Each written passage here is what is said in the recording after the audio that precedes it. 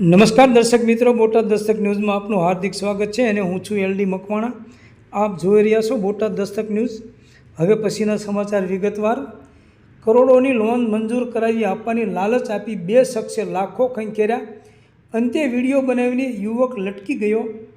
મારે મરવું નથી પણ મને મરવા માટે મજબૂર કરવામાં આવ્યો છે. તારી લોન પાસ થઈ જશે મને એવું કહીને રાજુ સોલંકી અને મેહુલ મકવાણાએ મારી પાસેથી 40 લાખ રૂપિયા પડાવી લીધા, પણ લોન પાસ ન કરાવી.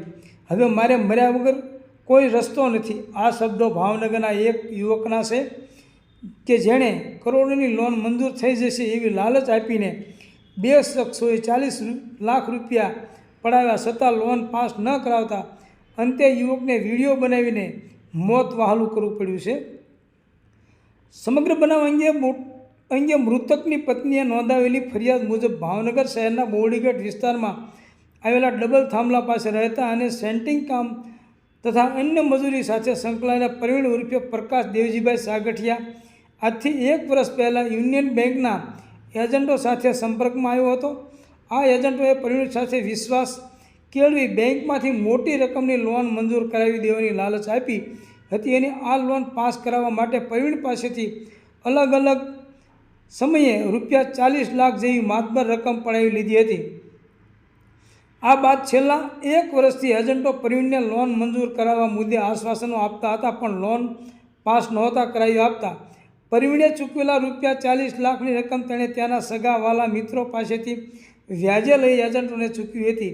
આથી રૂપિયા ધીરનાર લોકો પ્રવીણ પાસે સતત રૂપિયાની ઉઘરાણી કરતા હતા.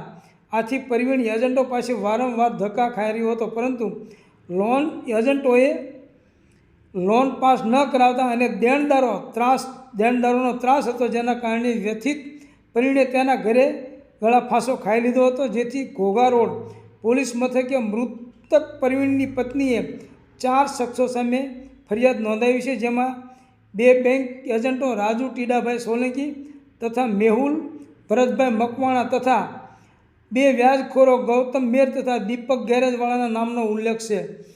મરતા પહેલાં બનાવેલા વિડીયોમાં પ્રવીણભાઈએ જણાવ્યું છે કે હું મરવા માગતો નથી પણ મને મજબૂર કરવામાં આવે છે.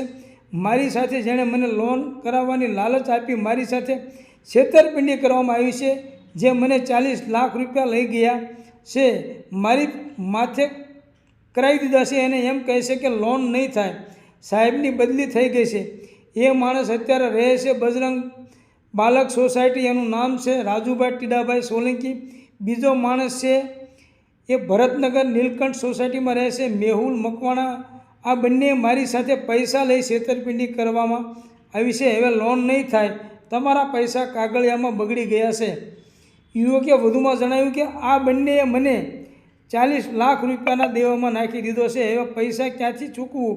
હવે મરવા સિવાય મારે બીજો કોઈ રસ્તો નથી.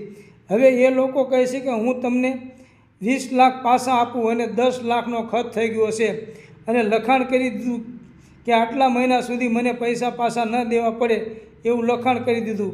એ લખાણમાં મારી પાસે પૈસા માગતા હતા તે કોઈ સમજતા નથી અને નકરા ફોન કરી હું શું કરું? આના માટે મારે મરવા સિવાય કોઈ રસ્તો નથી. હવે મને આ બંનેને એટલી સજા આપજો અને બંને એવી રીતે કરજો કે મારા પૈસા પાછા મળી જાય, મારા છોકરા અને મારી પત્નીને શાંતિથી રહી શકે. મૃતકે વિડીયોમાં ભારતીબેનનો ઉલ્લેખ કરતાં જણાવ્યું છે કે બીજા એક ભારતીબેન લક્ષ્મણભાઈ પરમાર છે, જે રહે છે દીપક ચોક વાલ્મીકી વાસમાં રહે છે, જેમણે મારી સાથે છેતરપિંડી કરી ફોર્સ લાવીને મારી પાસેથી 5 લાખ રૂપિયા લીધા હતા અને હવે હું પાછા માગવા જાઉં છું તો મને દેતા નથી. પૈસા દેવામાં કોઈ સમજતા જ નથી. તો હવે હું શું કરું? બધેથી હું પૈસામાં ભરાઈ ગયો છું. હવે હું બહાર કોઈને મોઢું દેખાડવા જેવો નથી રહ્યો. મરવા સિવાય કોઈ રસ્તો નથી. હવે આ ભારતીબેનને ગમે તેમ કરી સજા તો દેવી જ પડશે. હું તો મરી જઈશ, પણ જેણે મારી સાથે આવું કર્યું છે એ કોઈને બચવા નહીં દઉં. મારી પત્ની અને મારા છોકરાઓને મારા રૂપિયા પરત અપાવજો એવી માગ સાથે મૃતક પ્રવીણે અંતિમ વિડીયો સાથે સુસાઇડ નોટ પણ લખી છે, જેમાં લખ્યું છે કે ગૌતમભાઈ મેર 20%, સુભાષનગરવાળાને રૂપિયા 4 લાખ તથા દીપકભાઈ ગેરેજવાળા બોરડીગઢવાળાને 20% લેખે 5 લાખ, આ બધા મને બહુ હેરાન કરે છે.